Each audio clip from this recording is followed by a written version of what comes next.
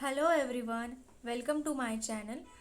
In this video we are going to learn the living organisms and their surroundings. ये complete lesson अभी हम इस एक video में देखने वाले हैं।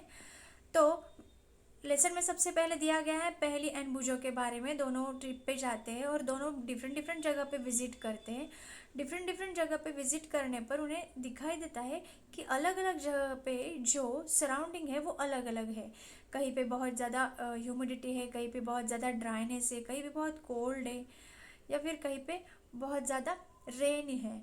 तो ये देखने के बाद उनको ध्यान में ये भी आता है कि इन सारी डिफरेंट जगह पे जो लिविंग क्रिएचर है वो भी डिफरेंट है। मतलब वो गंगा रिवर गंगा ऋषिकेश में जो है वहाँ पे विजिट करते हैं, फिर वो माउंटेन्स में जाते हैं, फिर वो डेजर्ट जाते हैं, राजस्थान में जाते हैं, उसके बाद वो पुरी में विजिट करते हैं।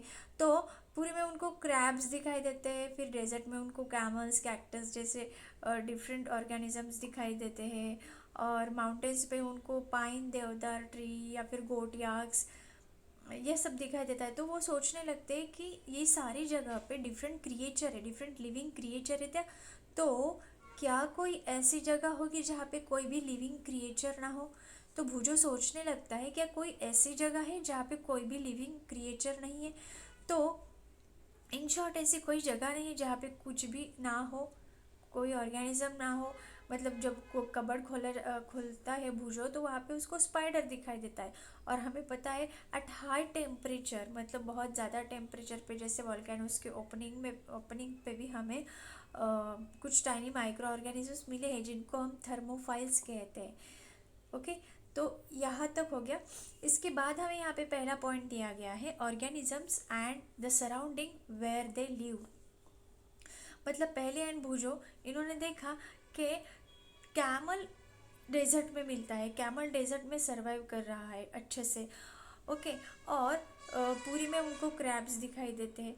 तो ये ऑर्गेनिजम्स का सराउंडिंग है, मतलब वो उनका घर है, उनका सराउंडिंग है, वहाँ पे वो एडजस्ट हुए हैं, वहाँ पे वो अच्छे से ग्रो कर रहे हैं। तो क्या रीज़न है, जैसे कि वेरियस काइंड्स ऑफ फिश हमें सीज में मिलती है। तो ये जो सराउंडिंग है ये पर्टिकुलर ऑर्गेनिजम्स को ही क्यों सूटेबल होता है, इसके जो रीजंस है वो आगे हम देखेंगे। और इसी का आंसर है कि एडाप्टेशन। मतलब एडाप्टेशन क्या है वो अभी हम देखेंगे। उसके पहले हमें यहाँ पे एक एक्टिविटी दी गई है। एक्टिविटी में हमें कुछ एनिमल्स एंड प्लांट्स की एक लिस्ट बनाने को कहा गया है। जैसे कि फॉरेस्ट में कौन से एनिमल्स मिलते हैं या कौन से प्लांट्स मिलते हैं। तो जैसे कि in forest we found lion, tiger, deers, then sandal tree, banyan tree.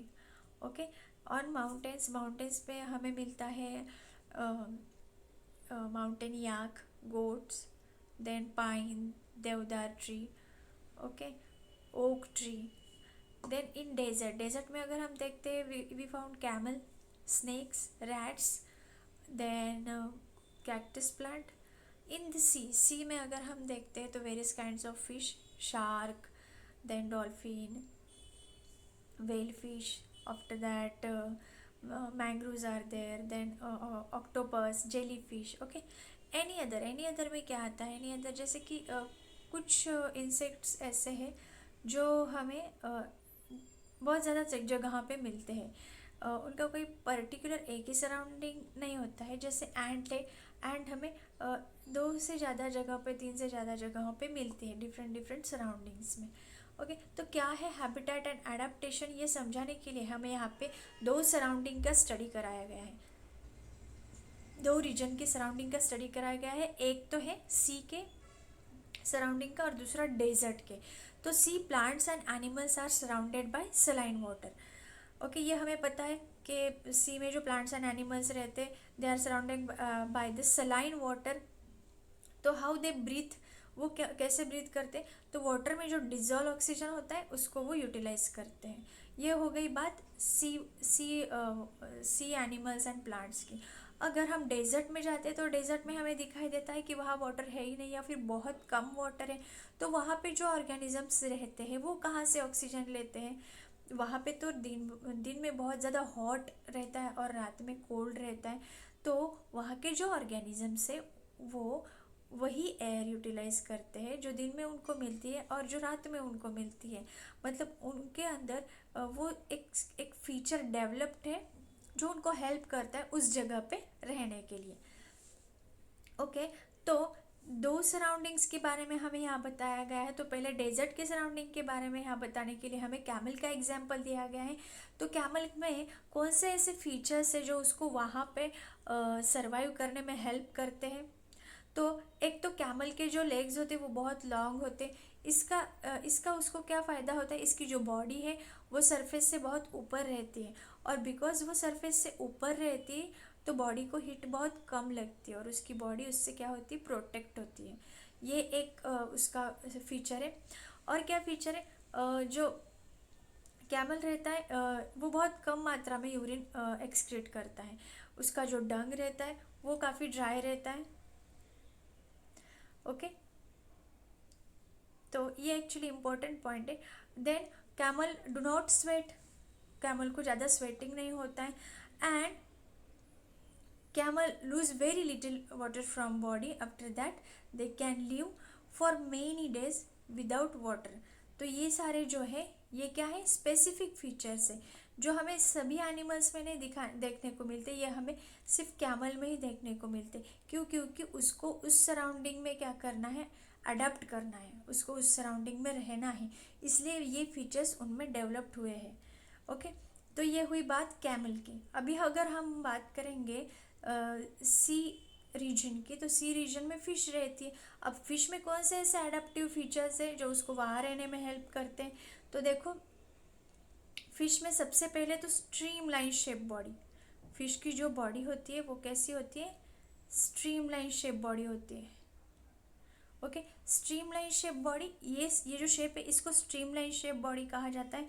Okay, इसका क्या एडवांटेज है, फिश को स्विम करने में बहुत आसानी होती है। Streamline shape, what is the advantage, streamline shape can cut the path of water and helps to organism to swim forward. अगर यही बात अगर हम बर्ड्स में देखेंगे, बर्ड्स की जो बॉडी होती है वो भी स्ट्रीमलाइन शेप बॉडी होती, and same advantage it gives to the birds. Birds also flew forward by cutting the path of air. Same अगर एरोप्लेन का शेप देखेंगे, aeroplane is also having the streamline shape, तो aeroplane में same function होता है। ये हो गया पहला पॉइंट, ये पहला फीचर है। दूसरा फीचर फिश में क्या दिया गया है, फिश के बॉडी पे स्केल्स होते हैं, और ये स्केल्स कैसे होते हैं, स्लीपरी स्केल्स होते हैं। ओके, इसका क्या फ़ायदा होता है फिश को, ये जो स्लीपरी स्केल्स होते हैं ये फिश की बॉडी को क्या करते हैं, प्रोटेक्ट करते हैं, ये एक फ़ायदा है।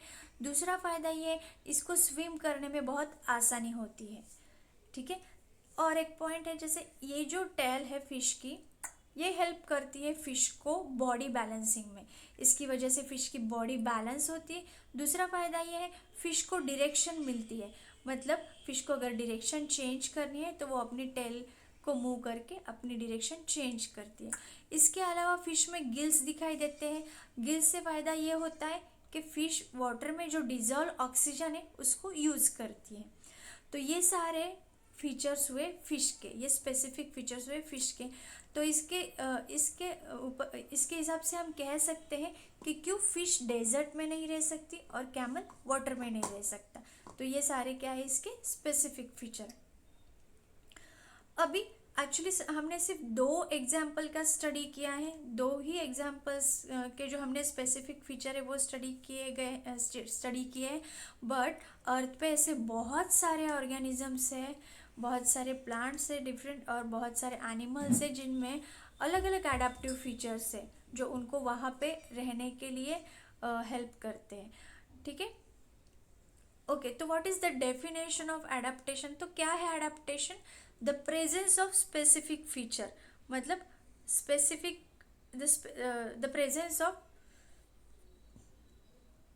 स्पेसिफिक फीचर और सर्टेन हैबिट, मतलब एक स्पेसिफिक फीचर और certain habit which enable that organism और that organism to live in its surrounding. Organism यानी प्लांट्स एंड एनिमल्स दोनों। ठीक है, तो एक स्पेसिफिक फीचर या फिर सर्टेन हैबिट्स उनको उस जगह पे रहने के लिए एनेबल करती है, हेल्प करती है, और वो होता है उनका adaptation. Different animals are adapted to their surrounding in different ways. मतलब अलग अलग एडेप्टेशन, जैसे कि अगर हमने देखा कैमल के स्पेसिफिक फीचर्स अभी हमने स्टडी किए, तो डेजर्ट में दूसरे भी एनिमल्स सर्वाइव करते हैं, पर ज़रूरी नहीं कि कैमल में जो एडेप्टिव फीचर्स हमें दिखाई दिए गए वही दूसरे एनिमल्स में दिखाई दिए हो, नहीं, ये ज़रूरी नहीं। तो क्या है, उनका एडेप्टेशन करने का जो वे है वो डिफरेंट हो सकता है। आफ्टर द हैबिटेट क्या है? हैबिटेट देखो, it is the surrounding where organism live. ये एक सराउंडिंग है जहाँ पे ऑर्गेनिज्म रहता है, उसे कहा जाता है हैबिटेट। हैबिटेट ऑर्गेनिज्म को क्या प्रोवाइड करती है? Food, water, air, shelter and other needs. Obviously food जो एनर्जी प्रोवाइड करता है ये लगेगा, फिर एयर है, ऑक्सीजन, वाटर है। इसके अलावा ऑर्गेनिज्म को ज़रूरी होता है एक सपोर्टिव सिचुएशन, एक कंफर्टेबल टेम्परेचर जो उसको ब्रीडिंग करने में या रिप्रोडक्शन करने में सुटेबल हो या मदद करे, तो वो भी उसे उसी हैबिटेट में मिलता है। ओके, नाउ तो कौन सी हैबिटेट्स है? टेरेस्ट्रियल हैबिटेट मतलब animals that live on the land, उसे कहा जाता है टेरेस्ट्रियल हैबिटेट। टेरेस्ट्रियल हैबिटेट्स में आते हैं forest, grassland, desert, coastal, mountain region, ये सारे आते टेरेस्ट्रियल हैबिटेट में। And animals and plants that live in the water, उसे कहा जाता है एक्वाटिक हैबिटेट। तो एक्वाटिक हैबिटेट्स कौन सी है? पॉन्ड, स्वैम्प्स, रिवर्स, ओशियंस, तो ये सारी क्या है? Aquatic habitat. Then there are large variation. हाँ, अगर हम टेरेस्ट्रियल हैबिटेट की बात करेंगे तो forest, grassland, desert, coastal, mountain, इनके अंदर भी हमें बहुत ज़्यादा वेरिएशन देखने को मिलता है। तो इनके अंदर भी हमें जो ऑर्गेनिजम्स मिलेंगे उनमें भी वेरिएशंस होगा और उनके एडेप्टेशन में भी वेरिएशंस होगा। ठीक है, so biotic and abiotic component कौन से होते हैं? अभी देखो, अबायोटिक एंड बायोटिक में, बायोटिक यानी प्लांट्स एंड एनिमल्स जो वो पर्टिकुलर हैबिटेट में ग्रो करते हैं, वो हो गए बायोटिक कंपोनेंट्स। अबायोटिक मतलब उनको हेल्प करने के लिए जो उनको ग्रो करने के लिए जो हेल्प करते हैं, जैसे कि अबायोटिक कंपोनेंट्स में आते हैं sunlight, heat, then soil, water, air, ये सारे क्या हैं? अबायोटिक कंपोनेंट्स है। ठीक है, नाउ यहाँ पे एक एक्टिविटी दी गई है। एक्टिविटी में हमें कुछ सीड्स लेने को कहा गया है, मूंग की सीड, चने की सीड, उसको जर्मिनेट करना है, उसको स्प्राउट्स करना है। स्प्राउट करने के लिए हमें क्या करना होता है? हमें कुछ अमाउंट ऑफ सीड्स लेनी होती हैं, उसको वाटर में सोक करना होता है फॉर अ डे, एक दिन के लिए। उसके बाद वो सीड्स रेडी हो जाती है फॉर द जर्मिनेशन। अभी हमें क्या करना है? इस सीड्स को डिवाइड करना है 5 पार्ट्स में। इसमें से एक पार्ट हमें टोटली वाटर में सबमर्ज रखना है, दूसरा पार्ट है जो हमें सनी एरियाज में रखना है, मतलब जहाँ पे सनलाइट आती हो। तीसरा पार्ट हमें डार्क रूम में रखना है जहाँ पे बिल्कुल सनलाइट ना जाती हो, जैसे कपबर्ड में। ओके, एक पार्ट हमें रखना है फ्रीज़र में, बहुत ज़्यादा ठंडा जहाँ पे हो, ऐसी जगह पे। तो इन सब के बाद हमें देखना है क्या सारे जो हमारे पार्ट्स थे उनमें ग्रोथ हुई है, सारे जर्मिनेटेड सीड्स जो है वो ग्रो हुए हैं या कुछ ही हुए हैं, और क्यों? तो इसके पीछे रीज़न ये है, हमें पता है कि अबायोटिक फैक्टर्स जो होते हैं वो सारे के सारे जो है वो ज़रूरी होती है फॉर द जर्मिनेशन। मतलब सिर्फ लाइट होने से फ़ायदा नहीं, या फिर सिर्फ उनको वाटर मिलने से फ़ायदा नहीं, उनको वाटर भी चाहिए, उनको सनलाइट भी चाहिए। तो ये सारे जो फैक्टर्स है ये इम्पोर्टेंट होते हैं for the survival of plant. Okay, so adaptation does not takes place in a short time. Adaptation क्या है? It is not a short time process. यहाँ पे ऊपर एक एक्लीमेटाइजेशन दिया गया। एक्लीमेटाइजेशन मतलब क्या होता है? देखो, एक्चुअली एडेप्टेशन ये एक बहुत स्लो प्रोसेस है, ये चेंज है बहुत स्लो, इसको थाउजेंड्स ऑफ ईयर्स लग जाते। बट एक्लीमेटाइजेशन क्या है? एक्लीमेटाइजेशन में ऑर्गेनिज्म की बॉडी शॉर्ट टाइम के लिए एक शॉर्ट चेंज करती है अपनी बॉडी में, मतलब बहुत कम समय के लिए अपनी बॉडी में एक इंस्टेंट चेंज करती है, उसे कहा जाता है एक्लिमेटाइजेशन। इसमें एग्जांपल देने के लिए कहा गया है कि सपोज अगर हम माउंटेन्स पे जाते हैं, हाँ, मतलब हम वैसे we live in the plains and suddenly we go to high mountain region. अगर हम सडनली हाई माउंटेन रीजन पे जाते हैं तो हमें एक्सपीरियंस होगा कि हमें डिफ़िकल्टी हो रही है ब्रीदिंग में, तो हम फिजिकल एक्सरसाइज करेंगे और मे बी हमें 2 दिन डिफ़िकल्टी होगी, 3 दिन, उसके बाद हमें वहाँ पे कंफर्टेबल लगेगा और हम वहाँ पे प्रॉपरली ब्रीथ कर पाएंगे, हमें कोई डिफ़िकल्टी नहीं होगी, कोई दिक्कत नहीं होगी ब्रीदिंग में। तो ये हमने चेंज किया किसके अनुसार? सराउंडिंग के अनुसार। तो ये जो इंस्टेंट चेंज, इंस्टेंट एडाप्टेशन हमने किया है उस सराउंडिंग में, उसे कहा जाता है एक्लिमेटाइजेशन। ओके, मतलब ये सब चेंज करने की वजह से करने के बाद हमारी बॉडी क्या हो जाती है, वहाँ पे एडजस्ट हो जाती है, उस चेंज पे हम एडजस्ट हो जाते हैं, और ये होता है एक्लिमेटाइजेशन। ओके,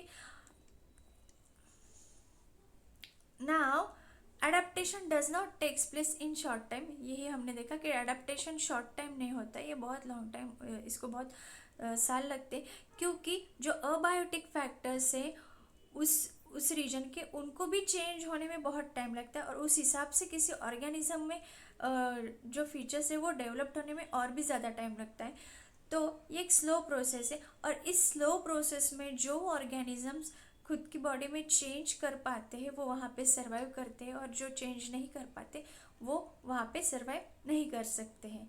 इसके बाद देखो, जर्नी थ्रू डिफरेंट हैबिटेट्स। अभी हम एक एक हैबिटेट स्टडी करेंगे। टेरेस्ट्रियल हैबिटेट, टेरेस्ट्रियल हैबिटेट में हमने देखा क्या क्या है, डेजर्ट है, माउंटेन्स है। सबसे पहले डेजर्ट, डेजर्ट में हमने पहले डिस्कस कर लिया कैमल के बारे में।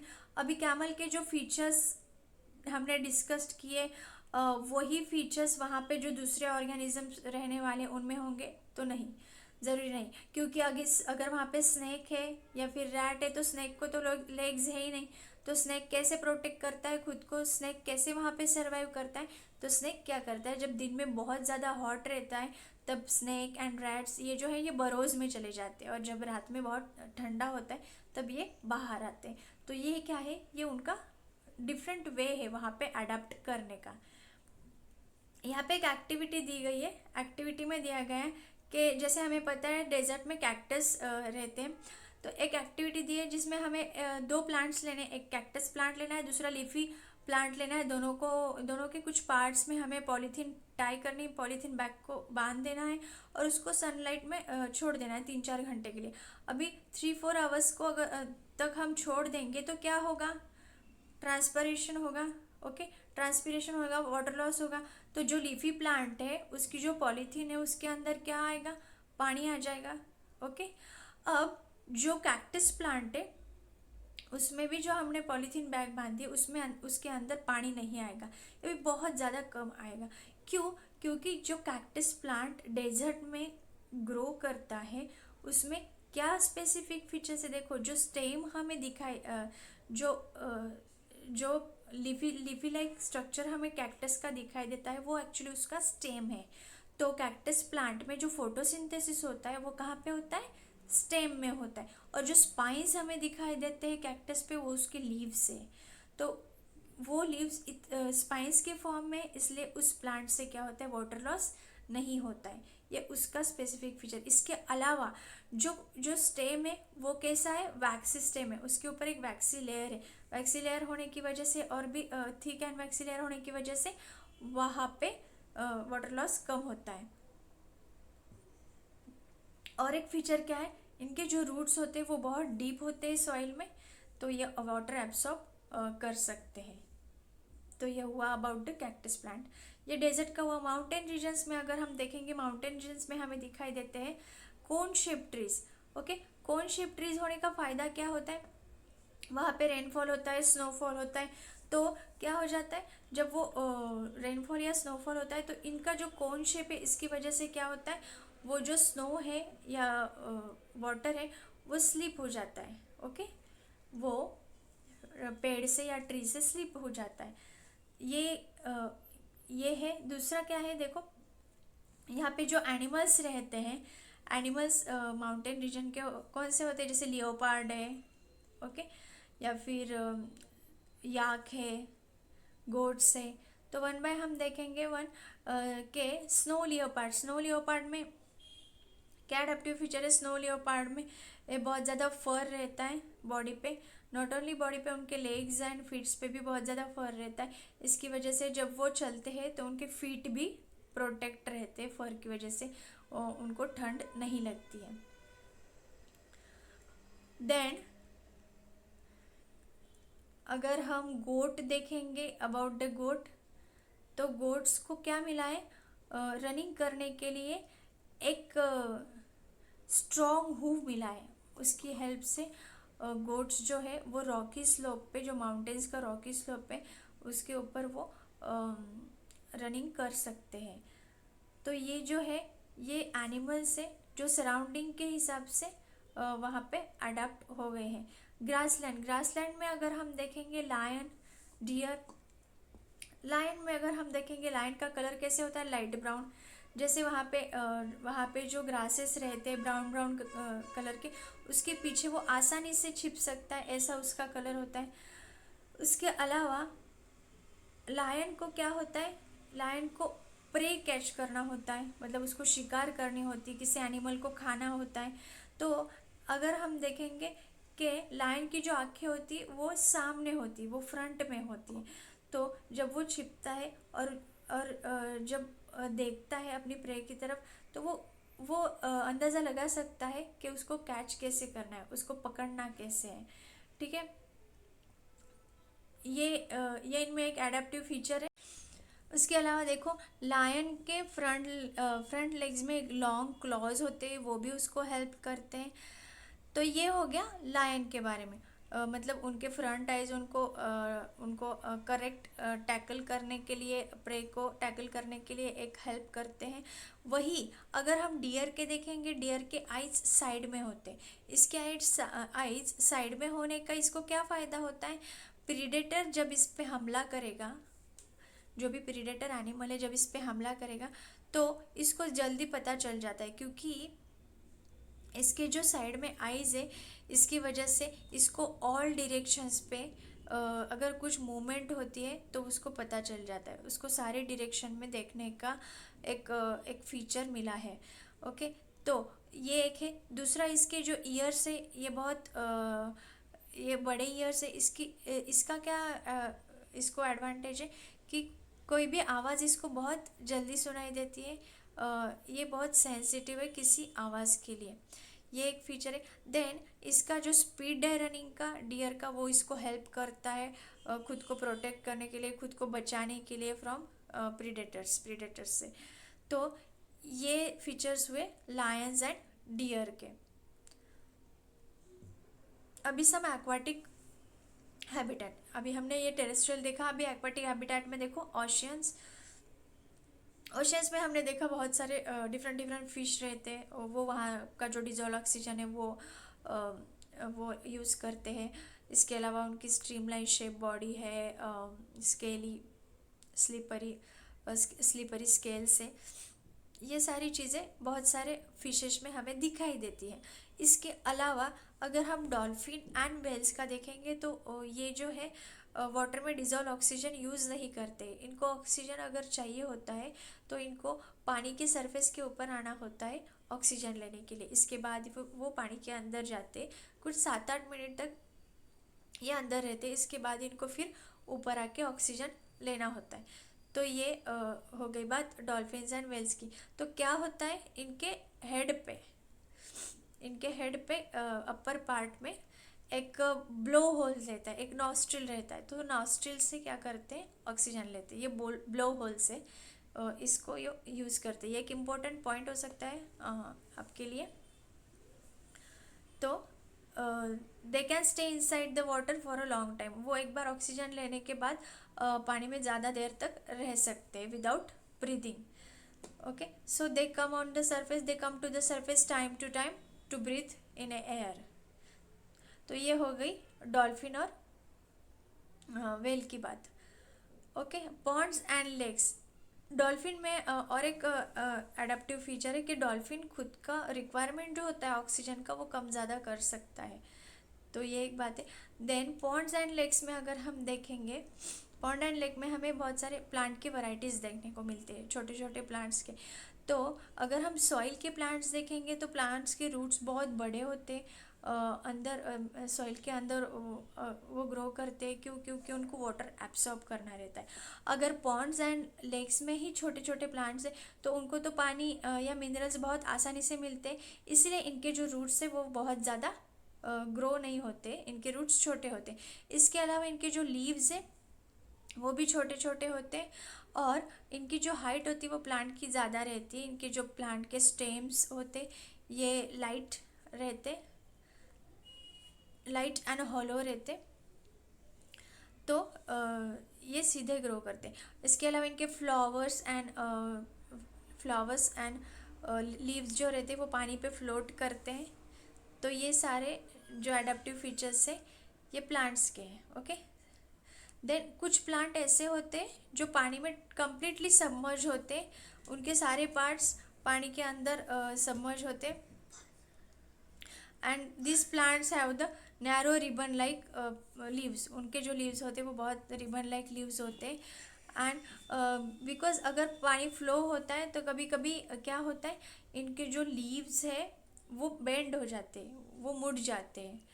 ओके, बट कुछ प्लांट्स के लीव्स बहुत दूर दूर होते हैं, मतलब दे आर डिवाइडेड, वो डिवाइडेड होते, तो इसकी वजह से क्या होता है, जब वाटर फ्लो होता है तो इनके बीच से निकल जाता है, तो ये जो प्लांट है इनका फिर डैमेज नहीं होता, ये डैमेजिंग से बचते हैं। Okay, then frog. फ्रॉग ज़्यादातर हमें पॉन्ड में भी दिखाई देता है, inside the pond, outside the pond. But inside the pond रहने पे उनको क्या एडवांटेज है उनके पास, देखो इनके जो स्ट्रॉन्ग बैक लेग्स होते हैं ये इनको प्रे कैच करने में हेल्प करते हैं।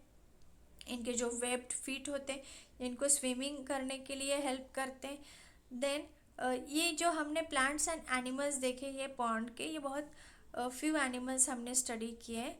इसके अलावा बहुत ज़्यादा डिफरेंट हैबिटेट हमें दिखाई देती है, और वैरायटी ऑफ प्लांट्स हमें दिखाई देते हैं, वैरायटी ऑफ एनिमल्स हमें दिखाई देते हैं। तो ये हो गया कुछ प्लांट्स और एनिमल्स के बारे में एक्वाटिक के। अभी और कौन से लिविंग थिंग्स हमें देखने को मिलते हैं हमारे सराउंडिंग में, तो यहाँ पे हमें देखने को मिलता है, देखो जैसे ट्रीज है, creepers, small animals, big animals, snakes, birds, insect, rock, soil, water, air, dry leaves, dead animals, mushroom, तो ये सारे हमें सराउंडिंग में देखने को मिलते हैं। ओके, नाउ क्या चीज़ें हैं या फिर क्या कैरेक्टरिस्टिक्स है अब ऑर्गेनिजम्स की जिसकी हेल्प से ऑर्गेनिज्म लीव करते हैं, वो अब हम देखेंगे। So do all living things need food? क्या सारे लिविंग थिंग्स को फूड ज़रूरी है?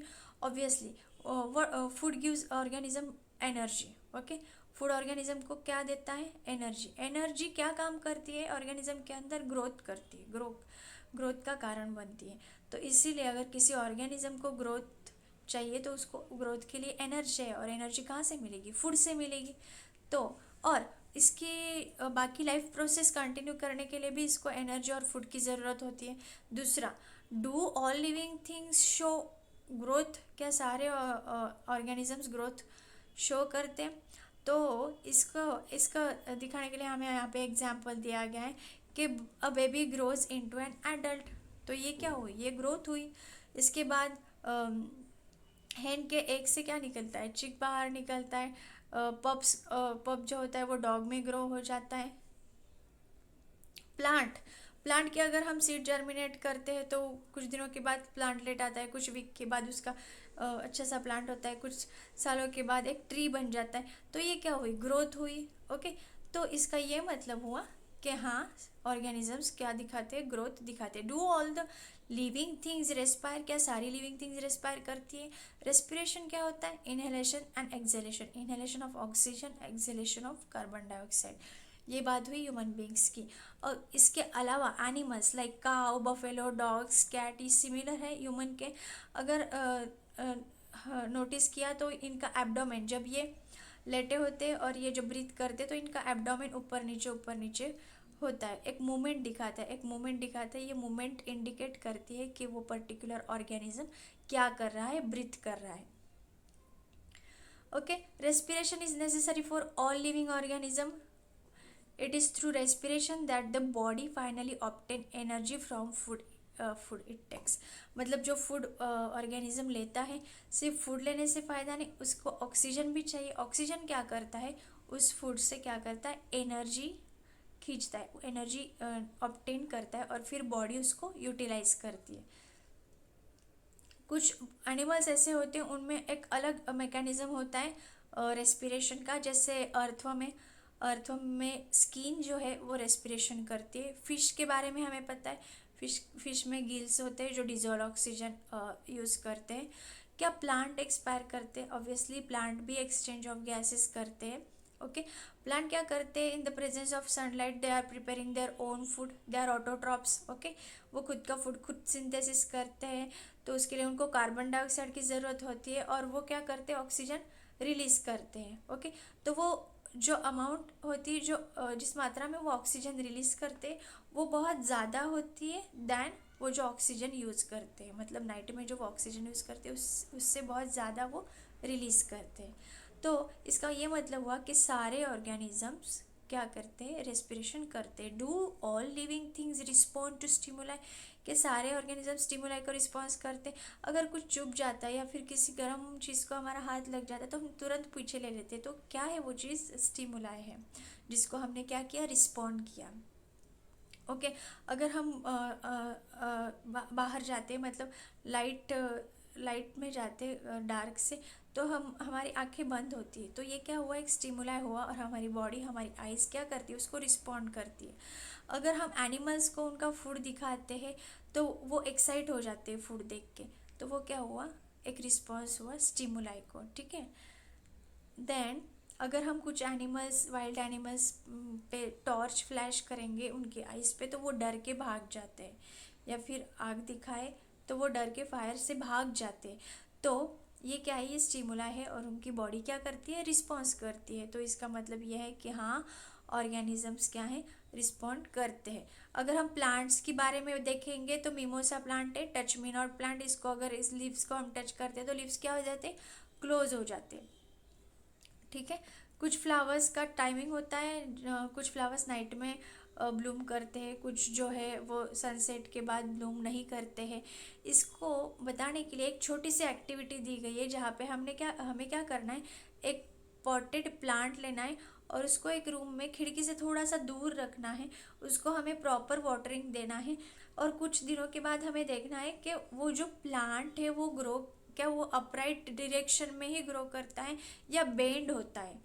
तो हमें ये दिखाई देगा कि अगर हम उसको प्रॉपर वाटरिंग देंगे और उसकी प्लेस हम एक फिक्स रखेंगे तो वो कुछ दिनों के बाद बेंड हो जाता है, कहाँ पे, सनलाइट की तरफ, मतलब खिड़की की तरफ। तो ये उस प्लांट का क्या होता है, रिस्पॉन्स होता है। ठीक है, now living organisms and excretion. देखो, ह्यूमन बॉडी जितना कंज्यूम करती है, क्या सारा का सारा बॉडी यूटिलाइज करती है, नहीं। तो जो जो part of food body utilize नहीं करती है वो क्या होता है, वेस्ट होता है, और वो हम एक्सक्रीट करते हैं, वो ह्यूमन बॉडी एक्सक्रीट करती है, तो that is the excretion. Plant में भी एक्सक्रीशन होता है, प्लांट कुछ पर्टिकुलर सब्सटेंस सिक्रीट करती है, वो उनका एक्सक्रीशन होता है। अदरवाइज कुछ प्लांट अपनी बॉडी में जो जो एक्सक्रीटेड या फिर जो वेस्ट पार्ट है वो स्टोर करते हैं। तो this is the another characteristic of the living organism that they are excreting. Now, do all the living things reproduce their own kind? Birds को अगर हमने देखा तो many birds lay their eggs in a nest and they hatch their eggs and young ones are coming out. तो ये हुआ कि हाँ, ये रिप्रोड्यूस करते हैं बर्ड्स। एनिमल्स के बारे में अगर हम देखेंगे तो डिफरेंट एनिमल्स में हमें डिफरेंट रिप्रोडक्शन दिखाई देता है। कुछ एनिमल्स जो है वो एग्स ले करते, उसके बाद एग्स में से उनका यंग वन बाहर आता है। कुछ एनिमल्स डायरेक्टली बर्थ देते हैं उनके यंग वंस को, डायरेक्टली बर्थ करते हैं यंग वंस को। Plants also reproduce like animals, plants भी रिप्रोड्यूस करते। कुछ प्लांट्स जो है स्टेम के थ्रू रिप्रोड्यूस करते हैं, कुछ लीव्स के थ्रू, कुछ सीड्स के थ्रू रिप्रोड्यूस करते हैं। ओके, जैसे एग्जांपल है, सपोज जर्मिनेट करते हैं हम कोई सीड, जैसे मूंग है तो वो सीड जर्मिनेशन से उनका न्यू प्लांट फॉर्म होता है। एक पटैटो ट्यूबर से भी पटैटो प्लांट फॉर्म होता है। तो एक्टिविटी दी गई है, एक्टिविटी नंबर 5। इसमें हमें क्या दिखाया गया है कि रोज़ और मेहंदी का अगर तुम लोगों ने एक कटिंग लगाया तो क्या उससे प्लांट आता है? तो हाँ, इससे प्लांट आता है। और ये क्या है, एक एग्जाम्पल है रिप्रोडक्शन का। ठीक है, do all living things move? क्या सारी लिविंग थिंग्स मूव करती है? अगर हम प्लांट के बारे में बात करेंगे तो plant generally anchored in the soil, so they do not move, वो मूव नहीं करते from one place to another place. Okay, various substances like water, minerals and food synthesized by them move from one part of plant to another। मतलब उनके जो roots water and minerals absorb करते हैं वो एक part से दूसरे part तक क्या होता है उनके अंदर अंदर कैपिलरी मूवमेंट से पहुंचा जाता है। ठीक है, तो ये मूव नहीं करते बट इनके अंदर मूवमेंट है, जैसे वाटर की है, मिनरल्स की है।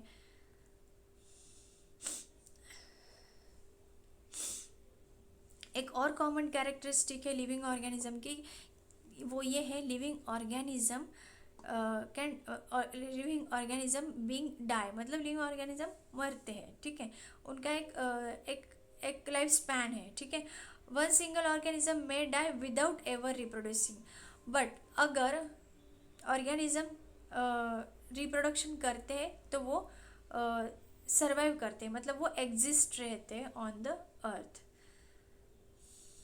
तो हमने कुछ ऑर्गेनिजम्स की एक कॉमन कैरेक्टरिस्टिक्स देखी, जिसमें हमने देखा they need food, they all need food, they need respire, respond to stimuli, reproduce, show movement, grow and die. तो ये सारी कॉमन कैरेक्टरिस्टिक हमें बहुत सारे ऑर्गेनिजम्स में या सारे ऑर्गेनिजम्स में देखने को मिलती है।